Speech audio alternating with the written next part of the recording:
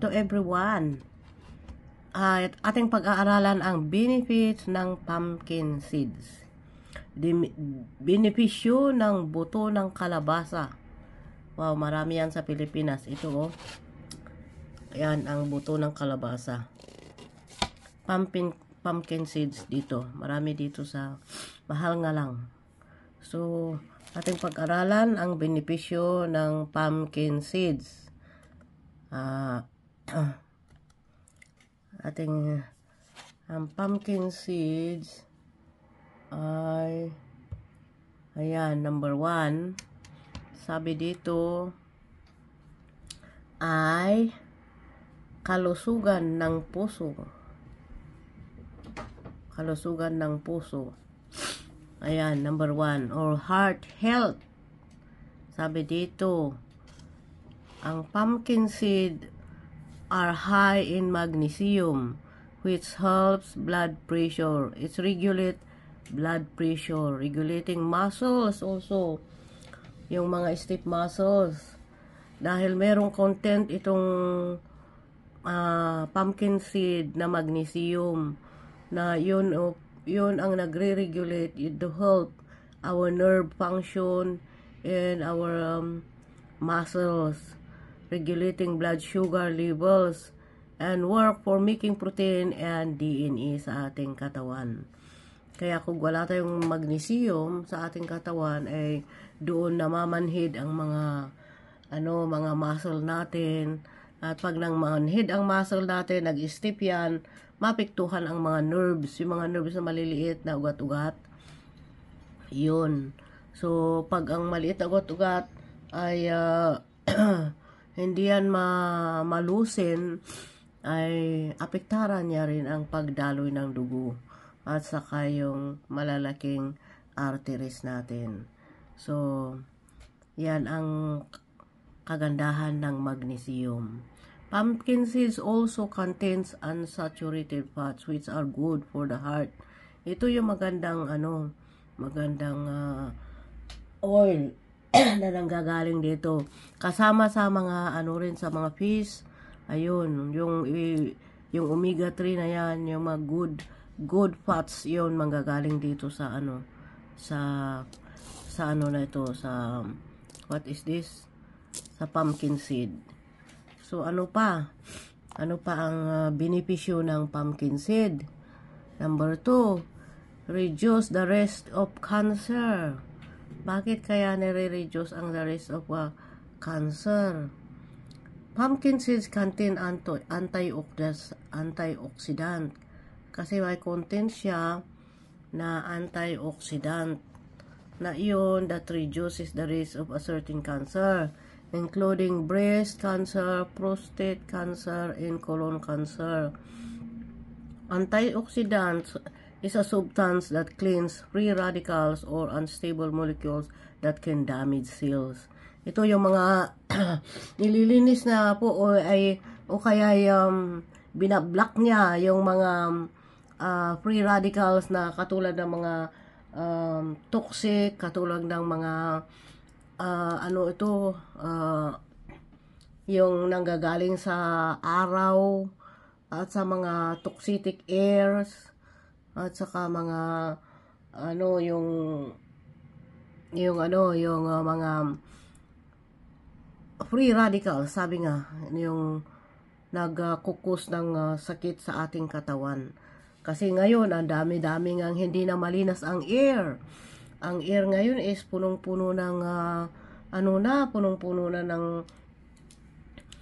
ng molecules na nagbibigay ng poison. Kasi yung mga katulad ng mga spray, ini-spray, lalong-lalo sa Pilipinas pag garden, nag-i-spray ang mga yan, sa manggahan. Dito rin nag-i-spray sila. Sa lahat ng, kahit sa mga bahay, ini-sprayhan nila yung mga insecticides, yung mga insects. Ayun. At saka yung sa atin, yung mga lamok, yun ang nagbibigay ng radical na nakakasira sa ating lungs pag nilalanghap natin. At nakakasira sa ating skin. Ayun. yun ang nagda-damage ng ating cells. Pero itong antioxidants, yun na, yung sabi doon, siya ang nagba-blockage sa mga ganun na papasok sa ating katawan. So, ang susunod dito ay ang kalusugan ng buto, bone health. Bone health dahil pampalakas ng buto. Bakit? Pumpkin seeds contain calcium and other nutrients that promote bone health. Katulad din ng omega-3, may content ito. Ayon din, napapalusin sa ating mga kasukasuan. At saka, mga nutrients na contain niya na ito na katulad ng mga zinc, mga magnesium. Nakakatulong din yan sa ating mga buto at saka calcium. Amen. So, number 4, immune system and hair health. Yung mga system ng ating katawan, yung immunity ba, yung kalakasan ng ating mga system ng katawan, at saka yung hair health. Ito, ang pumpkin seeds ay may contain zinc and vitamin E, which help boost the immune system. Zinc helps the body grow and develop immune cells. Kaya napapalakas ang ating immune system dahil ang zinc ay yun ang gumagawa ng ng developing ng ating immune cells.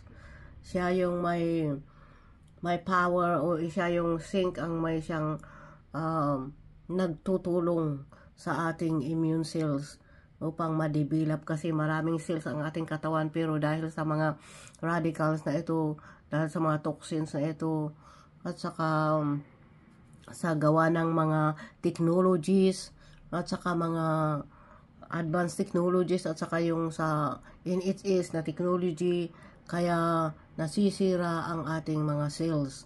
Ngunit itong zinc na ito, kailangan pala natin yan sa ating body, kasi para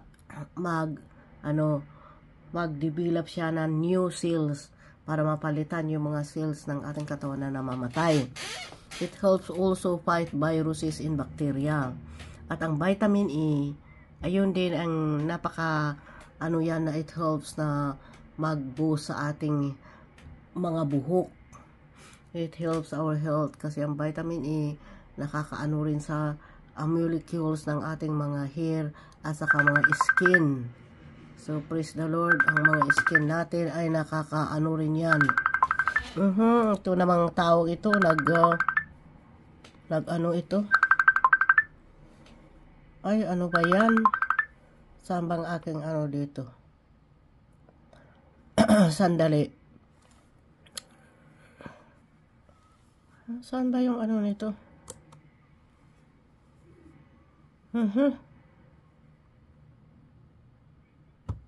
Ito. Laging tumatawag yan. Sisira tuloy ang aking So anyway, yun ang pumpkin seed ay may taglay din na omega-3 katulad ng mga fish.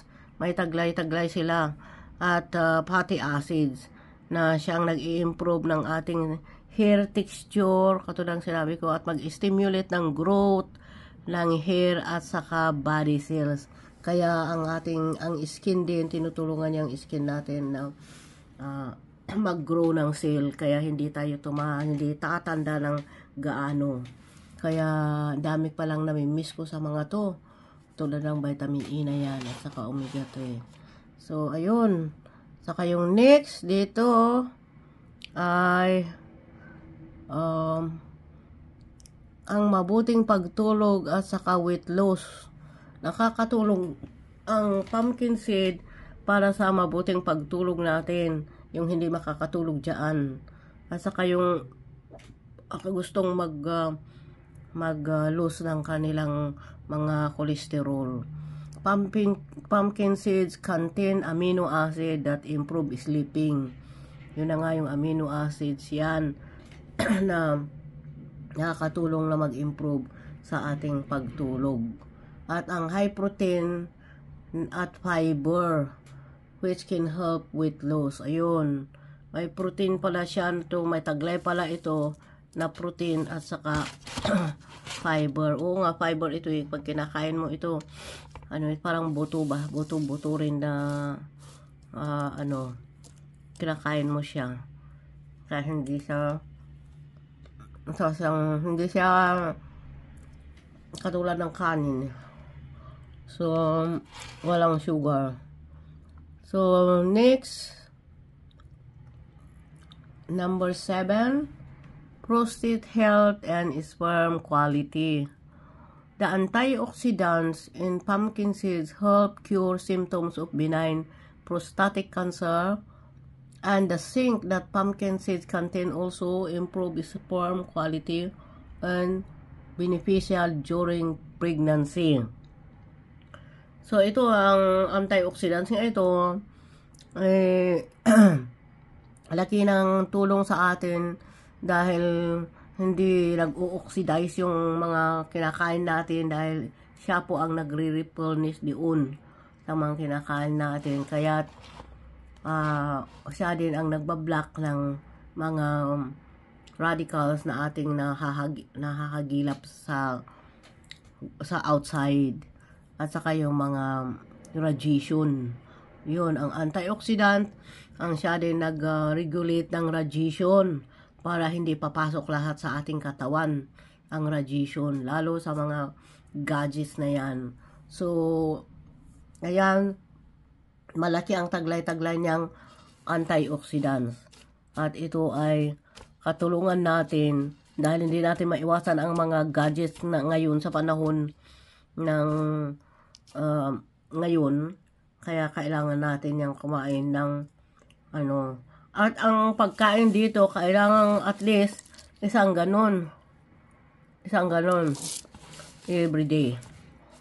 Kaya mula ngayon, kailangan meron akong ganyan everyday. Kailangan mag-save ako ng hindi ako mawawala ng pumpkin seeds. Sa mga mag-pregnant dyan at sa mga kulang ng sperm quality, ito din ay nagpapalakas. Ito ay nagbibigay ng more. And also, beneficial for the during the pregnancy. Kasi may ano siya, may mga oxidant siya at saka may zinc at saka yung omega-3. Stress and anxiety. Yan, nakakatulong din sa stress at anxiety. Pag na-stress tayo, tapos minsan na-depress ang isang tao, ang magnesium na nasa pumpkin seeds, yun ang mag-help, magtulong na mag-reduce sa stress and anxiety. Kaya ang laki ng tulong ng magnesium na ito sa ating katawan. Kaya't marami namang pagkain na pinanggagalingan ng mga zinc na ito, katulad ng magnesium na ito. Meron yung ano rin, merong magnesium doon sa